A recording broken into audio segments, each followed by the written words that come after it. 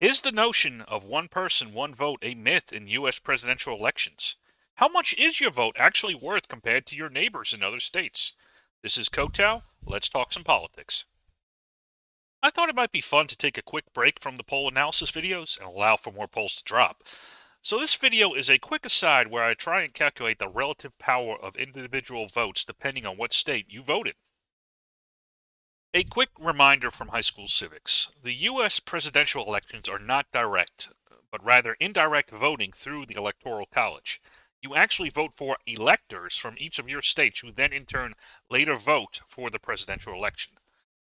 Although for all intents and purposes, electors are almost always faithful to the results of the state voting.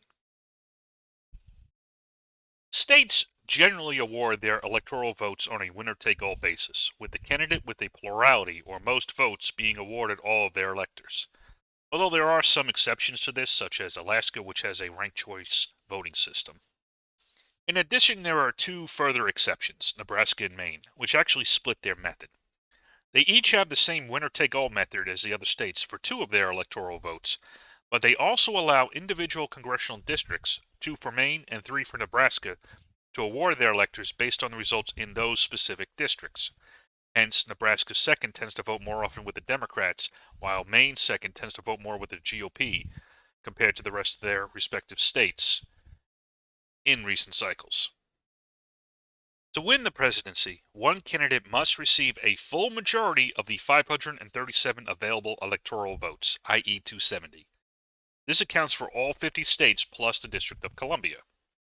Electoral vote allocation is proportional based on the population results from the census and shifts over time. For example, in the 2020 election cycle, California and New York had 55 and 29 electoral votes respectively, while Texas and Florida had 38 and 29.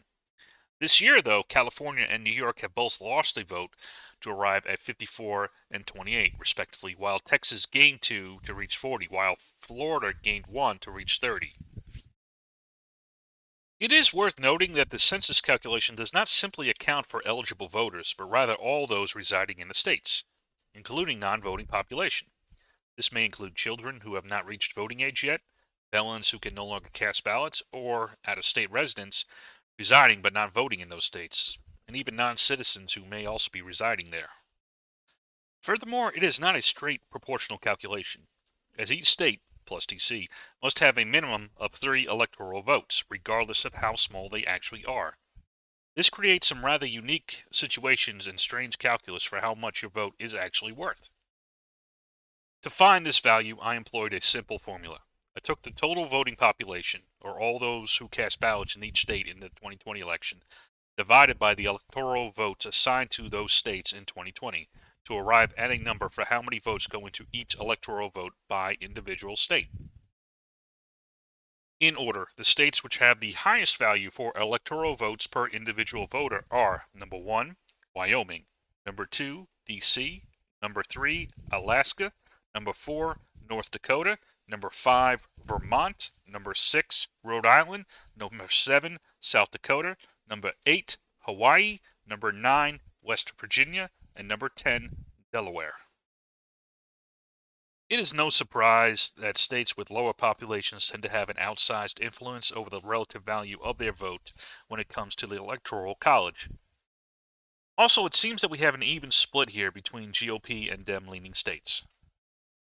On the flip side, the states where your vote is worth the least are number 1, Indiana, number 2, Iowa, number 3, Florida, number 4, North Carolina, number 5, Colorado, number 6, Michigan, number 7, Pennsylvania, number 8, Virginia, number 9, Washington, and number 10, Oregon. Here we have several higher value electoral voter states, as well as several more swing states as well in this category. Making some comparisons, if you vote in Wyoming, your ballot is worth nearly 6 times that of a voter from Indiana, as far as the Electoral College goes. If you cast your ballot in the District of Columbia, it is worth 4 times that of someone from Iowa. In North Dakota, it is worth more than 3 times that of someone from North Carolina. For Hawaii, it is worth 2 times that of Virginia. And in Delaware, it is worth 2 times that of a voter in Oregon. On the other hand, the states where your vote tends to be worth more also tend to be more secure for a respective party, meaning that while from a mathematical perspective your vote has more value, elections hinge on swing states, giving more influence to voters in those swing states to ultimately decide an election. Well, what do you think? Did you find this an interesting aside? Do you think the U.S. electoral system for selecting presidents needs adjustment? Or does it work fine the way it is? Were you surprised to see how much your vote is worth electorally? Let me know in the comments below. This is Kotow, and thanks for watching.